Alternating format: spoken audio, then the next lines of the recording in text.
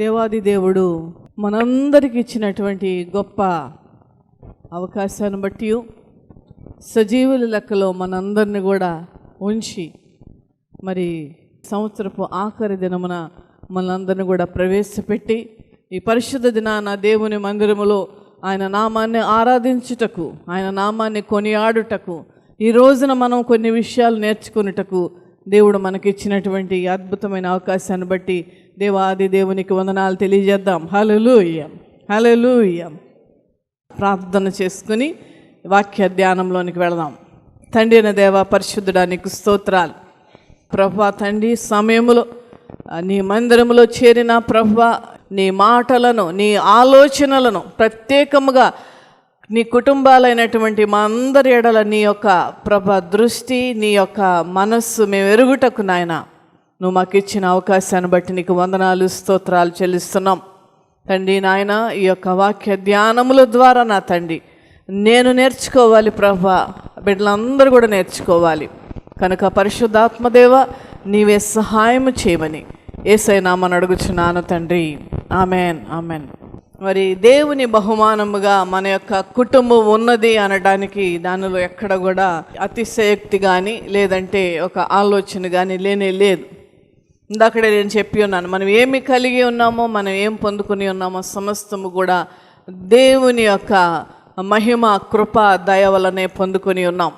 అయితే దేవుని బిడ్డలైనటువంటి మనమందరము కూడా కుటుంబములుగా ఉండాలని దేవుడు ఇప్పుడు కాదండి, అనాథ సంకల్పముగా, అనగా ఆది కాండములోనే ఆది దంపతులను మొదటి కుటుంబముగా, మొదటి వివాహము లేదంటే మొదటి కలయిక మరి దేవుడు చేసి వారితో అన్నటువంటి మాటని యొక్క సమయంలో మనం జ్ఞాపకం చేసుకుందాం. ఏమన్నారండి? మీరు ఫలించి అభివృద్ధి చెంది విస్తరించి దాన్ని నిండించి దానిని లోబరుచుకొనుడి. దేవుని వాక్యాలు ఆదాము అవ్వలతో కానీ లేదంటే అబ్రహాముతో కానీ మోషేతో కానీ మన పితరులైనటువంటి ప్రతి ఒక్కరితో మాట్లాడినటువంటి ఆ మాట వారికి మాత్రమేనా? ఎవరితోనైనా సరే అపోస్తలుడైన పౌలు సంఘాల గురించి రాసినటువంటి మాటలు కానీ ఏది ఏమైనప్పటికీ కూడా పరిశుద్ధాత్ముడు మరి మాట్లాడినటువంటి తీరు వారికి మాత్రమేనా, అయితే అందరికీనా? దేవుని నమ్ముకున్న ప్రతి ఒక్కరికి కూడా ఆ మాటలు మనందరం కూడా ఈ కుటుంబాలుగా ఉన్నప్పుడు మనకు కూడా ఆ వాక్యము వర్తిస్తుంది. మనకి ఏమని ఆజ్ఞిస్తున్నాడు దేవుడు? ఈ భూమిని మీరు పండించండి, నిండించండి. పండించడం అంటే ఏంటంటే దానిని అభివృద్ధి చేయడం. నిండించడం అని అంటే ఏంటంటే బిడ్డల పరంగా కానీ లేదంటే దాన్ని సేద్యపరచుట విషయంలో కానీ దానిని లోబరుచుకుంట విషయంలో కానీ మరి దేవాది దేవుడి యొక్క సంకల్పం అక్కడ ఆదాము అవ్వలకు తెలియజేస్తూ ఉన్నారు.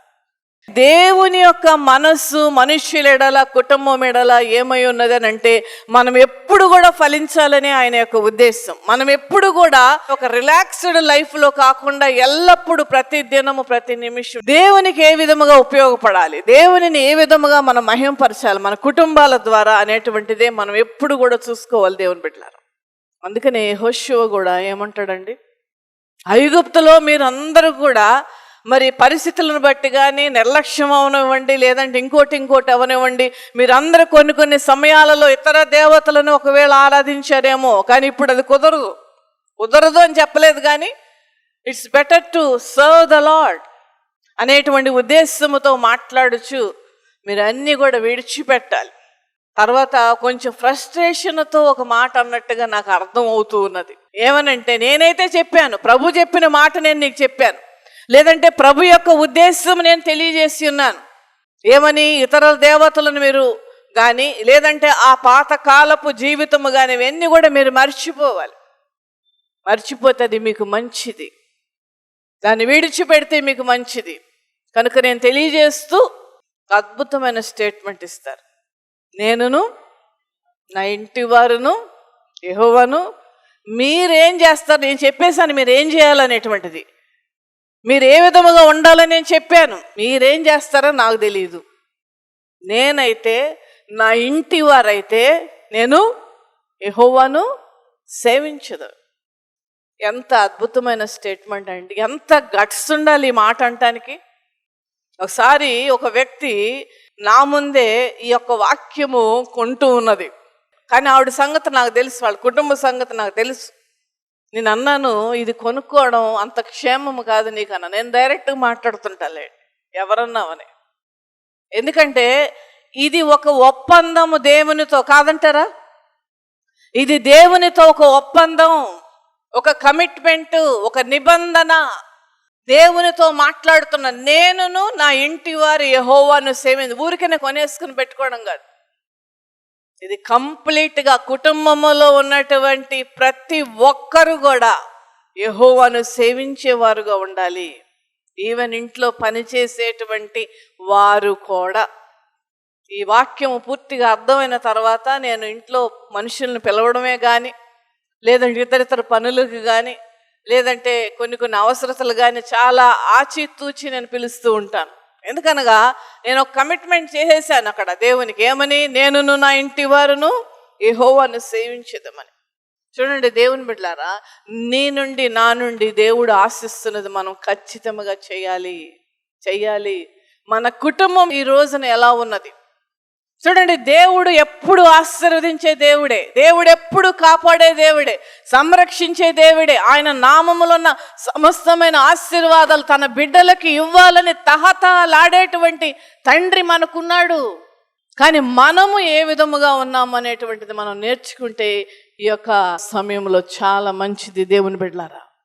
అది మనకు క్షేమం, మన కుటుంబానికి క్షేమం, మన బిడ్డలకి క్షేమం, మన భవిష్యత్తుకి అది క్షేమము. నేను ఆల్మోస్ట్ ఎవ్రీ ఆల్టర్నేట్ మంత్ కానీ లేదంటే మంత్లీ వన్స్ కానీ హైదరాబాద్ వెళ్ళి ఒక చిన్న గుంపుకి నేను వాక్య పరిచర్య చేస్తూ ఉన్నాను. చాలామంది ఏమంటున్నారంటే ఇక్కడ కూడా ఒక బ్రాంచ్ పెట్టండి అని అడుగుతున్నారు. అంటే వారిని బలపరచడానికి. ఎందుకు నేను అంత కష్టపడి నేను వెళ్తాను తెలుసా అండి? ఎందుకంటే వాళ్ళందరూ సీక్రెట్ బిలీవర్స్. కుటుంబంలో ఒకరో ఇద్దరో దేవునిని సేవించేవాళ్ళు, ఆరాధించేవాళ్ళు, మిగతా వాళ్ళందరూ కూడా అన్యులుగా ఉన్నారు. వాళ్ళని బలపరచడానికి నేను వెళ్తూ ఉంటాను.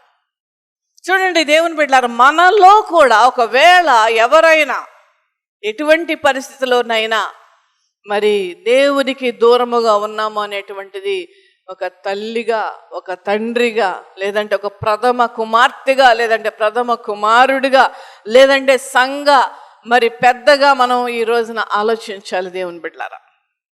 వాళ్ళందరి బాధ్యత మనకు దేవుడిచ్చి ఉన్నాడు. వారందరినీ దేవుని వైపు నడిపించాలి అనేటువంటి ఒక రెస్పాన్సిబిలిటీ దేవుడు మనకి ఇచ్చి ఉన్నాడు. మనం ఏం చేస్తున్నాం అనేటువంటిది సమయంలో మనం ఆలోచించాలి. ఎఫెసీయులకు రాసిన పత్రిక 3వ అధ్యాయం 14వ వచనము. భూమి యందును ప్రతి కుటుంబం, పరలోకమందున్నటువంటి కుటుంబం. పరలోకమందు మనం లేం గనక ప్రస్తుతం భూమి మీద మనం ఉన్నాం గనక పరలోకాన్ని వదిలేద్దాం. భూమి మీద ఉన్న ప్రతి కుటుంబం, ఇక్కడ దేవుడు నమ్ముకున్న వాళ్ళు, మందిరానికి వెళ్ళేవాళ్ళు అట్లా రాయలే దేవుడు. దేవుని యొక్క మనస్సును మనం గట్టిగా, లేదంటే లోతుగా, లేదంటే ఆత్మీయంగా ఫీల్ అయ్యి మనం మాట్లాడుతున్నప్పుడు ప్రజలందరికీ దేవుడై ఉన్నాడు, ప్రజలందరినీ ఈక్వల్గా ప్రేమించే దేవుడు అని చాలా చోట్ల స్పష్టమైనటువంటి మాట, వాక్యము రాయబడినట్లుగా మనం ఇక్కడ చూస్తాం. ప్రతి కుటుంబం, భూమి మీద ఉన్నటువంటి ప్రతి కుటుంబం, ఏ తండ్రిని బట్టి కుటుంబం అని పిలువబడుచున్నదో, నీవు కుటుంబం అని పిలువబడుచున్నావంటే అది తండ్రి వలన. నీవు కుటుంబముగా ఈరోజు ఉన్నావంటే అది తండ్రి వలన. ఏదో యాక్సిడెంట్లుగా నీ వివాహం అయిపోలా, ఏదో యాక్సిడెంట్లుగా మీకు బిడ్డలు పుట్టేలా, ఏదో యాక్సిడెంట్లుగా ఈ మందిరములకు సభ్యులుగా మీరు అవ్వలేదు. ఇది దేవుని యొక్క ప్రణాళిక. హల్లెలూయా, హల్లెలూయా. అసలు చర్చ్ అంటే ఏంటంటే అర్థం? చర్చ్ అంటే ఏంటంటే అసలైన ఒరిజినల్ దేవుని యొక్క మనస్సులో ఉన్నటువంటి అర్థం ఏంటో తెలుసా? పిలవబడిన వారు. ప్రభునామన మహిమ కలుగును గాక. హల్లెలూయా. పిలవబడిన వారు. ఎవరి చేత పిలువబడిన వారు? దేవుని చేత పిలువబడిన వారు. మీ అందరూ కూడా ఈ యొక్క మందిరములో మీ దేవుడి మిమ్మలను అపురూపముగా ఆయన యొక్క హస్తాలతో నాటాడు. ఈ మందిరములో దేవుని యొక్క ఉద్దేశం ఏంటి? ఆ నాటుటలో నువ్వు ఫలించి అభివృద్ధి చెంది విస్తరించి లోపరుచుకోవాలి. ఏం లోపరుచుకోవాలి? మందిరములో నన్ను దేవుడు నాటాడు, నా పాత్ర ఏంటి అనే ప్రశ్న ఈ రోజున మనం వేసుకుంటే దేవుడు సంతోషిస్తాడు. హల్లెలూయా, దేవుడు సంతోషిస్తాడు. ఎందుకనగా చూడండి, ఇది వచ్చేసి అట్లా వెళ్ళడం కాదండి ఆరాధన అంటే. దేవుడు నిన్ను కుటుంబముగా ఈ యొక్క మందిరములో నాటబడించాడు అని అంటే నీ కుటుంబము ఆశీర్వదించబడుతూ నీ కుటుంబం అంతా కూడా మరి దేవుని యొక్క నామమునకు మహిమ తెచ్చేటువంటిదిగా ఉండాలి. అప్పుడే నీ ఎడలు కానీ నా ఎడలు కానీ దేవుడు సంతోషిస్తాడు. ఒక మాట అంటారు కదా ప్రభు వాక్యము ద్వారా, ఎంతసేపు నా యొక్క పరిస్థితులు చూసుకుంటాం కానీ దేవుని యొక్క పని కానీ దేవుని యొక్క మందిరము గురించి కానీ దేవుని యొక్క మందిరములో ఉన్నటువంటి తక్కువైనటువంటివి ఏంటి అనేటువంటిది ఒక ప్రశ్న ఆలోచన అనుకుంటే ఎంతో మంచిది దేవుని బిడ్డలారా. మరలా చెప్తున్నాను, దేవుడు కుటుంబాన్ని ఆశీర్వదించే దేవుడు. హల్లెలూయా. ఈ రోజున మనం ఏమై ఉన్నామో సమస్తము దేవుని వల్లనే. హల్లెలూయా. ఈ రోజున దేవుడు మనల్ని సజీవముగా ఆరోగ్యముగా ఉంచాడు అని అంటే అది దేవుని కృప కాదండి. కనుక మనం ఎప్పుడు కూడా దేవునికి రుణస్థులముగా ఉండాలి.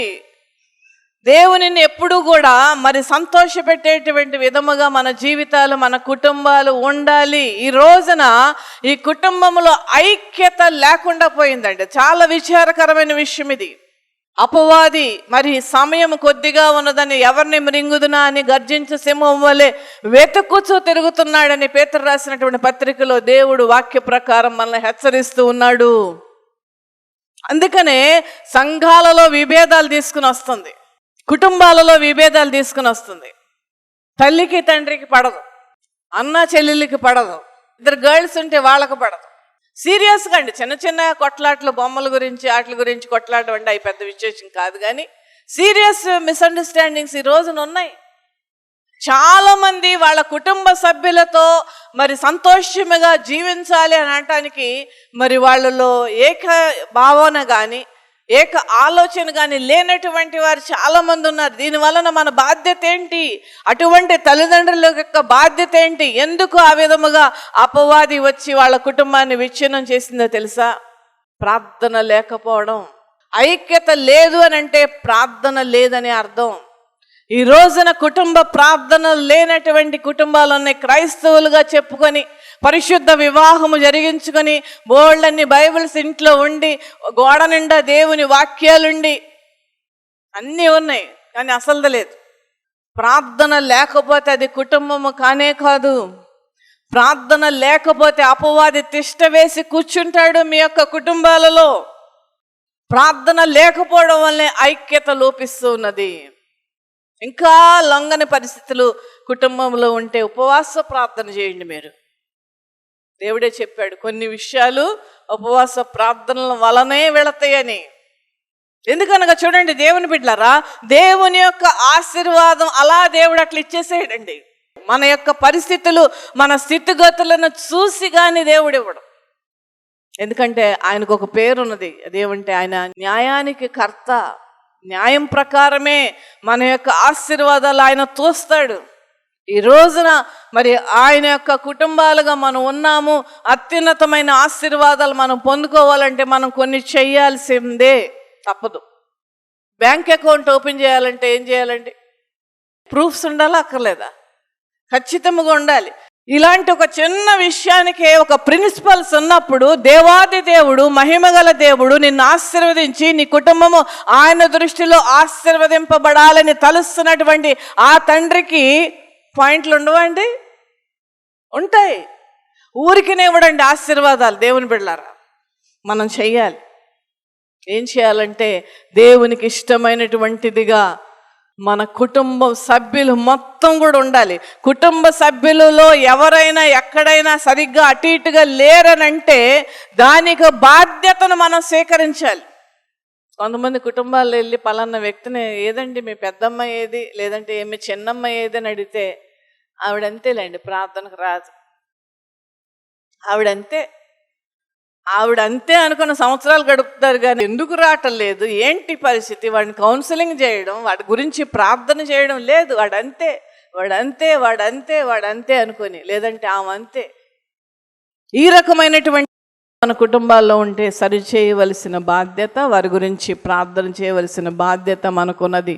మీ యొక్క పాస్టర్ గారి యొక్క పనే కాదది. ముందుగా మనం చేయాలి, తర్వాత పాస్టర్ గారిని అడగాలి మీరు. లేదంటే బలముగా సంఘములో ఉన్నటువంటి వారి ప్రార్థన అవసరతలు వారికి తెలియచేయాలి. నన్ను ధైర్యముగా చెప్పగలిగేటువంటిగా ఉండాలి. ఏమనంటే, నేనును నా ఇంటి వారును యెహోవాను సేవించు, నా ఇంటి వారు. అందుకనే ఇక్కడ కూడా ఏ తండ్రి వలన కుటుంబముగా పిలువబడుచున్నామో ఆ తండ్రి యొక్క దీవెనలు మనకు ఉండాలంటే మనము ఖచ్చితంగా కొన్ని పాయింట్లు మనం చేయాలి. దేవుని బిడ్డలారా, ఈ సంవత్సరం అంతా కూడా ఒక క్యాజువల్ అప్రోచ్ ఉన్నదేమో మన యొక్క ఆత్మీయ స్థితిలో. క్యాజువల్ అప్రోచ్ అంటే రావడం, అటెండెన్స్ వేసుకోవడం, కానుకేదో ఇచ్చేసేయడం, వెళ్ళిపోవడం. ఇది కాదండి దేవుడు కోరుకునేది. జఫన్యా శాస్త్రి గారు ఎప్పుడు ఈ మాట అంటారు, ది సండే స్కూల్ భక్తి వయసు పెరుగుతున్నది. ఆత్మీయుల డిగ్రీలు, పిహెచ్డీలు పొందుకుంటున్నామా లేదా మనం అనేటువంటి ప్రశ్న మనం వేసుకోవాలి. దేవుని బిడ్డలారా, చూడండి 128వ దావీదు కీర్తనలో ఏమనుందండి? భయము, భక్తి, ప్రాణము శరీరము ఎంత ముఖ్యమో భయం, భక్తులు అనేటువంటిది అంత ముఖ్యం. భక్తి చాలా ఉన్నది ఈ రోజుల్లో మనకి, కానీ దేవుని భయం వారిలో లేదు. దేవుని బిడ్డలముగా, దేవుని యొక్క రక్తములో కడగబడినటువంటి వారముగా, ప్రతి దినము కూడా దేవుని కృపలను పొందుకున్నటువంటి వారముగా, దేవుని దృష్టిలో ఉక్కి భక్తి అనేటువంటిది దేవుడు డిస్కార్డ్ చేస్తాడు. దానితో పాటు భయం ఉండాలి. నా దేవుడు నన్ను ఆశీర్వదించాడు, నా భర్తను ఆశీర్వదించాడు, నా భార్యను ఆశీర్వదించాడు, నా బిడ్డలను ఆశీర్వదించాడు, కనుక నేను ఏమి ఇవ్వాలి నా కుటుంబముగా అనేటువంటిది మనము ఎప్పుడు కూడా ఆలోచించాలి. దేవుని బిడ్డలారా, ఆలోచించాలి. మొట్టమొదటిగా కుటుంబంలో ఉండవలసింది ఏంటండి? మొట్టమొదటిగా ఐక్యత ఉండాలి. ఐక్యత, ఒక మాట మీద ఉండాలి. మందిరానికి వెళ్ళాలంటే సగం సభ్యులు రావడం, సగం సభ్యులు ఎక్కడో బజార్లు తిరగడం కాదు. కనుక చూడండి దేవుని బిడ్డలారా, కుటుంబ పరముగా మనము దేవుని మందిరములో మనం ఉండాలి. ఢిల్లీలో మరి మేము 18 సంవత్సరాలు సిఎన్ఐ చర్చ్కి వెళ్ళాం. సిఎన్ఐ అంటే చర్చ్ ఆఫ్ నార్త్ ఇండియా అంటారు. ఆ చర్చిలో 18 సంవత్సరాలు మేము అటెండ్ అవ్వడమే కాదు, తెలుగు ఆరాధనలు కూడా మేము చేసి ఉన్నాం. భార్యాభర్తలు ఇద్దరు కూడా కమ్యూనియన్ తీసుకున్న ముందు వాళ్ళిద్దరు చేతులు పట్టుకొని ఒక 10 నిమిషాలు ప్రార్థన చేస్తారు మోకరించి భారముతో. వాళ్ళ కుటుంబం ఎంత ఆశీర్వదింపబడిందో తెలుసా అండి? 2 ఆడపిల్లలు ఆయనకి. ఏ రోజు కూడా 3 రావడం నేను చూడలే, ఏ రోజు 2 రావడం చూడలే, ఏ రోజు 1 రావడం చూడలే నేను. కుటుంబ పరముగా చూడండి, ఈ విధమైనటువంటి అప్రోచ్ మనకుంటే దేవుడు ఎందుకు ఆశీర్వదించకుండా ఉంటాడండి? కనుక దేవుని బిడ్డలారా, కుటుంబంలో ఐక్యత ఉండాలి. రెండవది ప్రార్థన ఉండాలి. తర్వాత మూడవది ఏముండాలండి? ఇక్కడ యెహోషువ పలికినటువంటి మాటను మళ్ళొకసారి జ్ఞాపకం చేసుకుందాం. యెహోషువ 24వ అధ్యాయం 21వ వచనం. అట్లు కాదు, మేము యెహోవాను సేవించమని యెహోషువతో చెప్పిరి. అప్పుడు యెహోషువ, మీరు యెహోవానే సేవించదమని ఆయనను కోరుకున్నందుకు మిమ్మును గూర్చి మీరే సాక్షులై ఉన్నారు. మిమ్ములను గూర్చి మీరే సాక్షులై ఉన్నారు. రేపు ఒక ఇంటి యజమానుడిని దేవుడు అడుగుతాడు, ఒక యజమానురాలని ఇంటిని అడుగుతాడు, ఒక బిడ్డలను దేవుడు అడుగుతాడు. నువ్వే సాక్ష్యం చెప్పుకోవాలి, నీవే సాక్షిగా సంఘములో ఉండాలి. నువ్వు ఎక్కడ పని చేసినా సరే దేవుని నామానికి సాక్షిగా ఉండాలి. పబ్లిక్లో చాలామంది నేను క్రైస్తవుడిని, క్రైస్తవురాలని అని చెప్పుకోవడానికి ఈ రోజున భయపడుతున్నారు. అలాంటి పరిస్థితులు వచ్చేసినాయి. చూడండి దేవుని బిడ్డలారా, ఇలాంటి పరిస్థితుల్లో నన్ను దేవుడు సంతోషముగా, ఆనందముగా పండగ చేసుకోవడమే కాదు, ఈ యొక్క సంవత్సరం ఆఖరి దినంలో కూడా మన దేవుడు ప్రవేశపెట్టాడంటే దేవునికి మనం రుణస్థులమై ఉన్నాం. రుణస్థులం అంటే మన యొక్క వంతుగా, మన కుటుంబ వంతుగా మనం ఏం చేస్తున్నాం ఇక్కడ చూద్దామండి. మేము యెహోవానే సేవించను యెహోషువతో చెప్పారు. అప్పుడు యెహోషువ, మీరు యెహోవానే సేవించదమని ఆయనను కోరుకున్నందుకు మిమ్మును గూర్చి మీరే సాక్షులై ఉన్నారనగా వారు మేమే సాక్షులమనిరి. అందుకు అతడు, అలాగైతే మీ మధ్యనున్న అన్య దేవతలను తలగా ద్రోసి, అంటే తోసిపారేసాయి. తొలగించడం ఒకటి, దానిని పారద్రోలడం ఇంకొకటి. తొలగద్రోసి ఇశ్రాయేలు దేవుడని యెహోవా తట్టు మీ హృదయమును తిప్పుకొనుడని చెప్పాను. మనమైతే ఖచ్చితంగా అన్య దేవతలను మనము అనుసరించట్లేదు, అన్య దేవతలను మనం దేవుడిగా చేసుకోలేదు, అన్య దేవతలను ఏమాత్రం కూడా చూడట్లేదు. అక్కడ కనపడినా మనం అటువైపు కూడా చూడం. కానీ చేస్తున్నటువంటిది ఏంటంటే, ఈ అన్య దేవతలను అనుసరించేటువంటి వారు కానీ, వాళ్ళే దేవుడుగా అనుకున్నటువంటి వారు కానీ, లేదంటే ఆ ఆచారాలను చేసేటువంటి ఆచారాలను వాళ్ళు విడిచిపెట్టేశారు. మనము ఆచారాలు లేవంటారా క్రైస్తవ కుటుంబాల్లో? ఇది చాలా చాలా బాధకరమైనటువంటి విషయం దేవుని బిడ్డలారా. దేవుని యొక్క మనస్సులో ఉన్నటువంటి భారము నేను అర్థం చేసుకుని నేను మాట్లాడుచు ఉన్నాను. క్రైస్తవ కుటుంబాల్లో ఆచారాలు లేవా? చాలా చాలా సిగ్గుకరమైనటువంటి విషయం ఇదండి. వివాహాలు అయితే ఏం చేస్తున్నారు? ఒక కుటుంబానికి తండ్రి, తల్లి, ఒక పెద్ద కుమారుడు, ముగ్గురికి నేను బ్యాప్టిజం ఇచ్చాం. వాళ్ళు అనుకున్న రీతిగా విజయవాడ వెళ్ళిపోవడం జరిగింది. అయితే ఆ బాబుకి వివాహము ఫిక్స్ అయింది. దేనిలోంచి వచ్చారో దాంట్లోంచే కావాలని అన్నారు. అన్య దేవతలను మనం ఆరాధించట్లేదు, కానీ అన్య దేవతల ఆచారాలు ఖచ్చితంగా చేస్తున్నారు కొంతమంది. తర్వాత బందరు వచ్చారు పాపం, పర్సనల్గా మాకు కార్డు ఇవ్వడానికి. నేను చాలా సంతోషపడ్డాను. ఇంత హడావిడిలో కూడా మరి మా ఇంటికి వచ్చారు కార్డు ఇవ్వడానికి అని చెప్పేసి నేను వాళ్ళ ముందే కార్డు ఓపెన్ చేశాను. చూడంగానే కార్డులో ఏమని ఉందండి, 10:05 వివాహం అని చెప్పి, పరిశుద్ధ వివాహం రాసేసుకుంటే సరిపోద్దటి. నేను అడిగాను, ఇదేంటమ్మా టైం ఏంటిది 10:05 అంటే? ఒక్కసారి భార్య ఏమంది, ఊరికే అలా వేసామని ఏమంది. ఆయన ఏమన్నాడంటే, అలా ఏమన్నారండి అనేసాడు. ఇద్దరు ఒకేసారి. మళ్ళీ ఏమని రాశారు దాని మీద, ఇది యెహోవా ఏర్పాటు చేసిన దినము. పెళ్లి కార్డులకు పసుపులు రాస్తారు. పసుపు రాస్తేనే పెళ్లి బాగవుద్దా? నీ వివాహము కానీ, నీ బిడ్డల వివాహము కానీ, నీ వెడ్డింగ్ కార్డు కానీ, నువ్వు చేస్తున్నటువంటి ఆచారాలు కానీ ఏమి సాక్ష్యం ఇస్తున్నాయి అన్య జనులకు? దేవుని యొక్క భారంతో నేను మాట్లాడుతున్నాను, అడుగుతున్నాను, ఏమి సాక్ష్యం ఇస్తున్నాయి?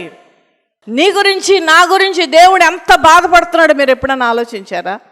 నీ కుటుంబం ఆశీర్వదించబడాలని, నీ కుటుంబం దీవించబడాలని, నీ బిడ్డలకి మంచి అవయవాలు ఇచ్చి, నీ బిడ్డలకి మంచి భవిష్యత్తు ఇచ్చి, అసలు నీ బిడ్డలు, నీ గర్భఫలాన్నే దేవుడు దీవించి, బిడ్డలు లేనటువంటి వారు ఎంతోమంది ఉన్నారు, నీకు బిడ్డలను ఇచ్చి వాళ్ళని పెంచి పోషిస్తున్నటువంటి ఆ దేవాది దేవునికి నీ బిడ్డలు మహిమకరముగా ఉండాలి, కానీ దేవుని నామాన్ని అవమానపరిచేటువంటిదిగా ఉండడానికి వీలు లేదు. ఒకవేళ నీవు అలా చేస్తుంటే నీ చేతులారా నీవే దేవుని యొక్క శాపాన్ని కొని తెచ్చుకుంటున్నావు. ఇది కఠినమైన మాట, కానీ దీనిలో సత్యం ఉన్నది. ఇది చేదైన మాట, కానీ దీని లోపల ఎంతో దేవుని యొక్క మనస్సు కనపడుతూ ఉన్నది. దేవుని బిడ్డలారా, అక్కడికి వెళ్ళి ఇక్కడికి వెళ్ళి ఏదో చేద్దాం, అది చేద్దాం. ఇల్లు కట్టుకుంటుంటే పిలిపించేవాళ్ళు లేరండి? నీ యొక్క డబ్బులు ఇచ్చి దాని బతికేవాడు మన జీవితం యొక్క ముందుండేటువంటి పరిస్థితి ఎలాగో చెప్పగలడు? మేము 12 ఇళ్ళు మారామండి మా యొక్క మరి వివాహమైన తర్వాత. 12. ఎందుకంటే మా పాస్టర్ గారి యొక్క ట్రాన్స్ఫరబుల్ జాబ్ గారికి ఎక్కడ కూడా మేము ఏది ఎప్పుడు కూడా చూడలేదు, ఎప్పుడు చూడం మేము దేని విషయంలో కూడా. నేను పరిశుద్ధ గ్రంథం ముందుండి పరిశుద్ధ దేవాలయంలో మాట్లాడుచున్నటువంటి మాట, ఏని విషయంలో కూడా మేము ఎక్కడ ఏది చూడం. మంగళవారం చూసుకునే వాళ్ళు ఉన్నారు కుటుంబాలు, శుక్రవారాలు చూసుకునే వాళ్ళు ఉన్నారు, పిల్లి ఎదురేస్తే వెనక్కి తిరిగి వచ్చేవాళ్ళు ఉన్నారు, తుమ్మితే ప్లేట్లలో చక్కని నాటుకోడి పులుసు వండుకున్న వాళ్ళు కూడా ప్లేట్లలో నీళ్ళు ఉంచేవాళ్ళు ఉన్నారు. చేయమన్నాడండి దేవుడి. నేను దేవుని బిడ్డలారా, మిమ్మల్ని మీరు ప్రతిష్టపరచుకోండి, రీడెడికేట్ చేయండి మీ ఫ్యామిలీని.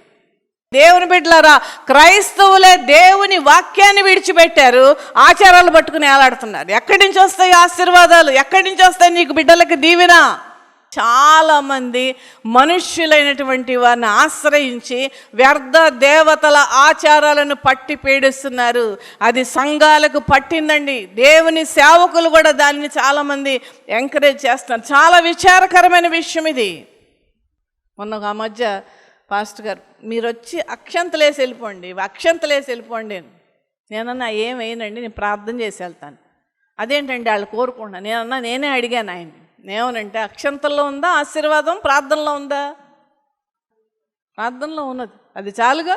ఇంకేమైనా అవసరం ఎక్స్ట్రా మనకు కావాలా? దేవుని సహాయం కోరుకుంటే కనుక అందుకనే యెహోషువకి బాగా తెలుసు. అందుకనే అంటున్నారు ఏమనంటే, ఒకసారి మళ్ళా వాక్యాన్ని చూద్దామండి.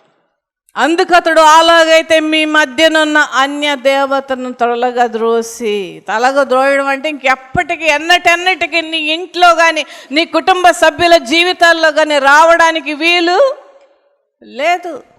పరిస్థితుల ప్రభావంగా నీ జీవితాన్ని, నీ కుటుంబాన్ని, లేదంటే కొన్ని సర్కమ్స్టాన్సెస్ని బట్టి నీ జీవితాన్ని మార్చుకోకూడదు. నువ్వు ప్రభు కొరకు నిలవబడాలి. ప్రభువును సాక్షిగా నా కుటుంబం ఉండాలి, నా కుటుంబము సంఘానికి ఉపయోగపడాలి అనేటువంటి ఒక మాటలు కానీ ఒక ఆలోచన కానీ నేను ఆశీర్వాదమునకు తీసుకుని వెళ్తుంది. హల్లెలూయా, హల్లెలూయా. సంఘముగా మనం కూడుకుంటున్నామంటే సంఘములో ఏం చేయాలి? చుట్టుపక్కల ఉన్నటువంటి వారు అన్యుల గురించి మనం ప్రార్థన చేస్తున్నాము కుటుంబ పరముగా. నీ కొడుకు యొక్క స్నేహితులు అన్యులై ఉండొచ్చు, నీ కూతురు యొక్క స్నేహితులు అన్యులై ఉండదు, వారి గురించి ప్రార్థన చేస్తున్నావు. ఆ భారము వాళ్ళల్లో కూడా వచ్చేటువంటి విధముగా మీరు చేయాలంటే ముందుగా నీ స్నేహితుల గురించి వాళ్ళ ముందు ప్రార్థన చేస్తే ఆటోమేటిక్గా వాళ్ళు కూడా ప్రార్థన చేస్తారు. తల్లిదండ్రులు ఏంటంటే వాళ్ళు వాక్యం చదవరు, వాళ్ళు ప్రార్థన చేయరు, కొడుకుని కూతుర్ని బలవంతం చేస్తారు, ప్రార్థన చేయి, వాక్యం చదువుకోకుండా బయటికి వెళ్ళబాకండి. నువ్వు చెప్పాల్సిన పని లేదు, నువ్వు చేస్తూ ఉంటుంటే వాళ్ళే చేస్తారు. అన్యుల గురించి మనం ప్రార్థన చెయ్యాలి. కుటుంబముగా, దేవుని యొక్క కుటుంబముగా, ఆశీర్వదింపబడిన కుటుంబముగా మనం ఉన్నామనంటే మన చుట్టుపక్కల ఉన్నటువంటి వారందరూ కూడా అదే ఆశీర్వాదాలు పొందుకునేటువంటి వారముగా మనం ఉండాలి. దేవుని బిడ్డలారా, అప్పుడు దేవుడు మనలను కుటుంబముగా మార్చినందుకు, కుటుంబముగా ఆయన పెంచి పోషించినటువంటి విధానాన్ని బట్టి దేవుడు మనల్ని చూసి సంతోషిస్తాడు. ఈ ఆత్మీయ సందేశం విని మీరు ఆత్మీయంగా బలపరచబడ్డారని మేము విశ్వసిస్తున్నాము. మీ ప్రార్థన అవసరతలు ఏమైనా ఉన్నాయడలా మాకు తెలియచేయండి. మా ప్రార్థనా బృందం మీ కొరకు ప్రార్థించదము. మీ వ్యక్తిగత కుటుంబ సమస్యలకై దైవజనురాలు ప్రభు పేరిట ప్రత్యేకంగా ప్రార్థించి మీకు సలహాలు అందించెదరు. దేవుడు మిమ్మల్ని దీవించును గాక.